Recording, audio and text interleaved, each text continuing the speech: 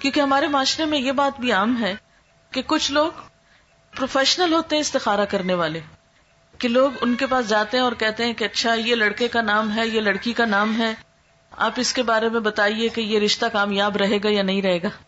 اب آپ دیکھیے کہ ایک تیسرے شخص کو کہاں سے پتا چل گیا، اس کے پاس کون سا سورس ہے یہ جاننے کا کہ اس نے کل کے فیوچر میں جھانک کے دیکھ لیا آج یہ رشتہ کامیاب ہوگا یا نہیں ہوگا. ایسی چیزیں بھی انسان کے لیے توہمات کے دروازے کھولتی ہیں اور اس کے لیے پریشانیوں کا سبب بنتی ہیں، اور ایسی چیزوں پر بھی یقین نہیں کرنا چاہیے کیونکہ اللہ کے سوا غیب کا علم کسی کو نہیں. اچھا، پھر بعض لوگ یہ کہتے ہیں کہ کسی اور کو کہتے ہیں کہ تم میرے لیے استخارہ کر کے دو. اب آپ دیکھیے استخارے کی دعا میں لکھا ہے یا اللہ اگر یہ بات میرے لیے اچھی ہے تو تو کر دے. اب اگر کوئی آپ کے لیے استخارہ کر رہا ہے تو وہ کیا پڑھے گا کہ میرے لیے اچھی ہے تو کر دے، یا زیادہ زیادہ یہ کہے گا یا اللہ اس کے لیے اگر اچھی ہے تو کر دے. اچھا، بعض لوگ استخارے کے ساتھ خواب کو لازم کر دیتے ہیں. وہ کہتے ہیں استخارہ اور خواب لازم و ملزوم چیز ہے. اکثر لوگوں کو کہا جاتا ہے استخارہ کر لیں تو پھر وہ کہتے ہیں اتنے دن استخارہ کیا ہمیں تو کوئی خواب نہیں آیا ابھی تک. ہمیں بہت سے لوگ اس پہ پریشان ہوتے رہتے ہیں، ہمیں نہیں سمجھ آتی، کوئی خواب نہیں آیا ابھی تک ہمیں. یاد رکھیے کہ قرآن اور سنت کی روشنی میں استخارے کے لیے خواب کا آنا کوئی ضروری نہیں ہے. وہ سمپلی کیا ہے، ایک دعا ہے، یا اللہ اگر یہ کام اچھا ہے تو مبارک ہو جائے، آسان ہو، نہیں اچھا تو اس کو ہٹا دے، دور کر دے مجھ سے. اگر آپ کی دعا قبول ہو گئی تو اس کام میں اگر بہتری ہوئی تو ہو جائے گا، اور اگر ہو گیا تو وہ مبارک ثابت ہو گیا، اور اگر بہتری نہیں تو وہ بات بن ہی نہیں پائے گی. تو استخارہ نہ تو نکالا جاتا ہے اور نہ ہی نکلوایا جاتا ہے، استخارہ تو کیا جاتا ہے. اور استخارے کا مطلب کیا ہوتا ہے؟ خیر کی دعا مانگنا. ہمارے ہاں اس کا کانسیپٹ کیا ہے کہ ہم یہ سمجھتے ہیں کہ شاید استخارہ غیب کا علم جاننے کا نام ہے. اس کو ہم نے ایک طرح کی فال بنا لیا ہے، جبکہ فال لینا بھی اسلام میں پسندیدہ نہیں ہے، کیونکہ غیب کا علم تو اللہ کے سوا کسی اور کو ہے ہی نہیں. کل کیا ہونے والا ہے یہ کسی کو نہیں پتا. کوئی شخص بھی جو یہ غیب دانی کا دعویٰ کرے یا اس قسم کی کوئی بھی باتیں کرے وہ ہمارے دین میں پسندیدہ نہیں. اسی لیے ہمیں کسی نجومی کے پاس جانے سے منع کیا ہے، ہاتھ دکھانے سے منع کیا ہے، چھپی باتیں معلوم کرانے سے اور ذائچے بنوانے سے منع کیا گیا ہے، کیونکہ یہ ساری چیزیں انسان کے لیے نقصان دہ ہوتی. انسان توہمات کا شکار ہو جاتا ہے، انسان کوئی ڈیسیژن نہیں لے پاتا. اسی لیے ہمارے دین میں ایسی کوئی چیز نہیں کہ کالی بلی آگے نظر آ گئی راستے میں تو یہ منحوس ہے، یا کوا بول پڑا تو کوئی آ جائے گا، یا جوتی الٹ گئی تو کچھ ہو جائے گا. یہ چھوٹی چھوٹی چیزیں جو ہمارے معاشرے میں ہر کلچر میں کچھ نہ کچھ ایسی باتیں عام ہوتی ہیں کہ صبح سویرے اگر فلاں شخص سے ملاقات ہو گئی تو یہ میرے لیے اچھا نہیں. ہمارے دین میں کیا ہے کہ ہر خیر اور شر کا مالک اللہ ہے. کوئی کسی کو نقصان نہیں دے سکتا جب تک اللہ نہ چاہے، کوئی کسی کو فائدہ نہیں پہنچا سکتا جب تک کہ اللہ نہ چاہے. اس لیے ایک مومن جو ہوتا ہے وہ لوکانیات پہ، یعنی کاش یہ ہوتا، کاش وہ ہوتا، وہ اس پر اعتماد نہیں کرتا، اور نہ اس کی زندگی میں کاش ہوتا ہے. اور بہت زیادہ کاش کہنے سے بھی منع کیا گیا ہے کیونکہ یہ شیطان کا دروازہ کھول دیتا ہے. یعنی شیطان کو انسان کے دل میں وسوسے ڈالنے کا موقع مل جاتا ہے، انسان کے دلوں میں حسرتیں پیدا کرتا ہے.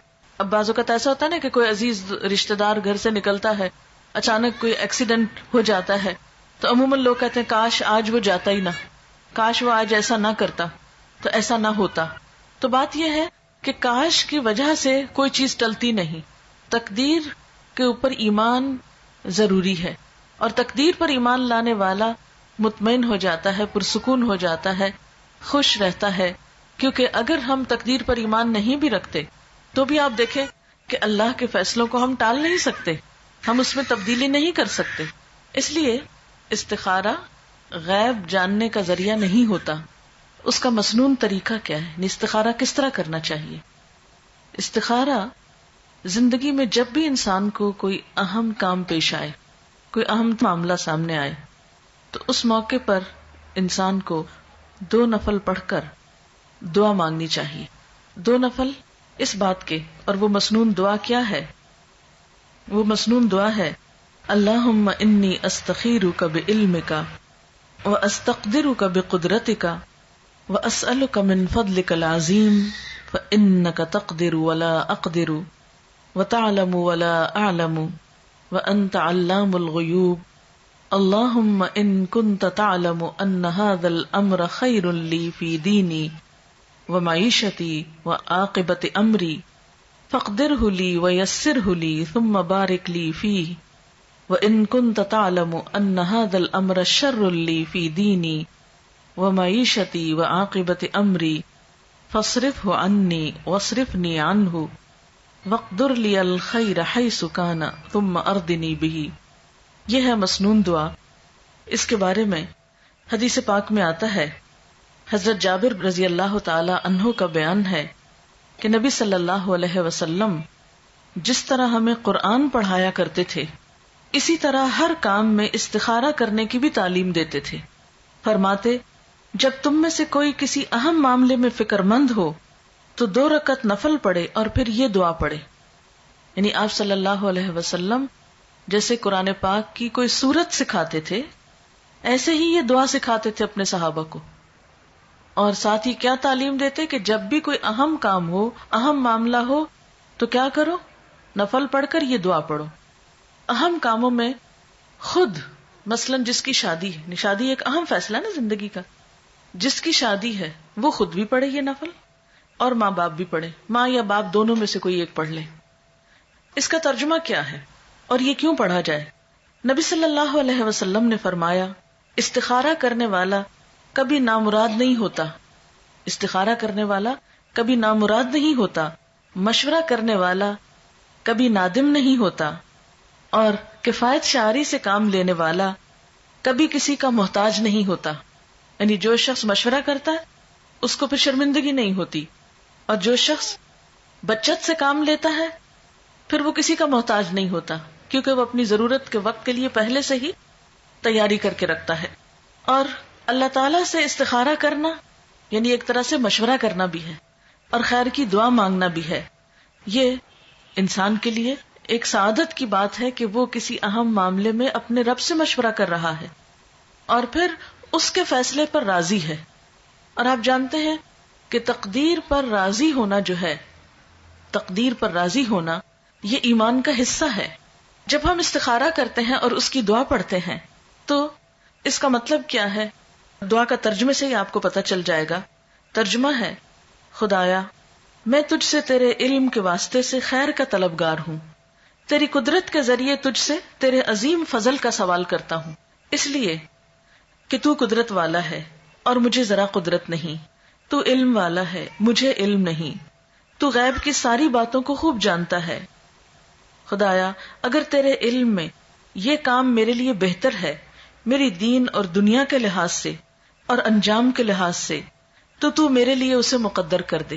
یعنی جب کسی بھی کام کے لیے ہم استخارہ کریں تو اس کو ذہن میں رکھنا چاہیے کہ اگر یہ چیز میرے دنیا اور آخرت کے لحاظ سے اچھا ہے تو اس کو میرے لیے مقدر کر دے، یعنی میری قسمت میں کر دے، میرے لیے اس کو آسان کر دے، میرے لیے اس کو مبارک بنا دے۔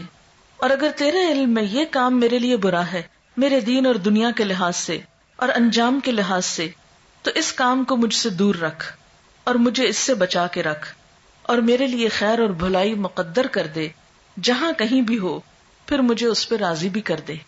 کتنی خوبصورت دعا ہے۔ یہ ہے دراصل استخارہ کہ اللہ اگر تو یہ چیز میرے حق میں اچھی ہے تو اس کو آسان کر کے مبارک کر دے، اور اگر اچھی نہیں تو اسے ہٹا دے مجھ سے اور مجھے اس سے ہٹا دے۔ اب آپ سوچئے کہ اس استخارے کی دعا کا نتیجہ کیا ہونا چاہیے؟ یہی نا کہ یا تو کام ہو جائے یا پھر نہ ہو۔ اگر ہو جائے تو پہلے سے ہی ہم نے دعا مانگ لی کہ یا اللہ اب یہ ہمارے لیے بہت اچھا ثابت ہو، اور اگر نہیں ہوتا تو بھی ہمیں اس پہ راضی ہو جانا چاہیے، تسلی ہونی چاہیے کہ اللہ کو منظور نہیں اور اس میں ضرور ہمارے لیے کوئی بہتری ہے کہ اس کام کے ہونے کا سبب نہیں بنا۔ اور اس طرح انسان جو بھی فیصلہ کرتا ہے اس پر نادم نہیں ہوتا، پشیمان نہیں ہوتا، بعد میں پچھتاتا نہیں۔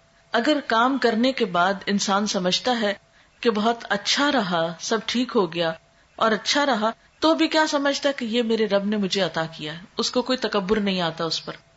اور اگر کام ہو جاتا ہے اور بعد میں دیکھتا ہے کہ اس کا نتیجہ اچھا نہیں نکلا تو بھی اس میں ندامت نہیں ہوتی کہ میں نے تو اللہ سے دعا کی تھی، اگر پھر بھی ٹھیک نہیں ہوا تو اس میں بھی ضرور میرے لیے کوئی سبق ہوگا، کیونکہ قرآن پاک میں یہ بھی آتا ہے نا، عسیٰ ان تحبوا شیئا وہو شر لکم وعسى ان تکرہوا شیئا وہو خیر لکم.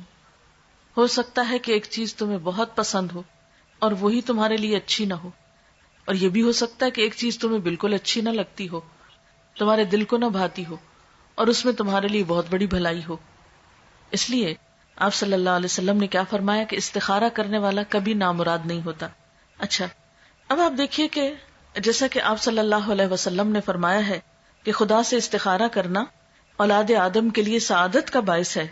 تقدیر پہ راضی ہو جانا بھی اولاد آدم کے لیے سعادت یعنی خوش قسمتی کی بات ہے، اور انسان کی بدبختی یہ ہے کہ وہ اللہ سے استخارہ نہ کرے اور خدا کی قضا پر یعنی تقدیر پر ناخوش ہو. یہ بدبختی کی بات ہے. اچھا، یہ ہے استخارے کی روح اور یہ ہے اس کی جسٹ.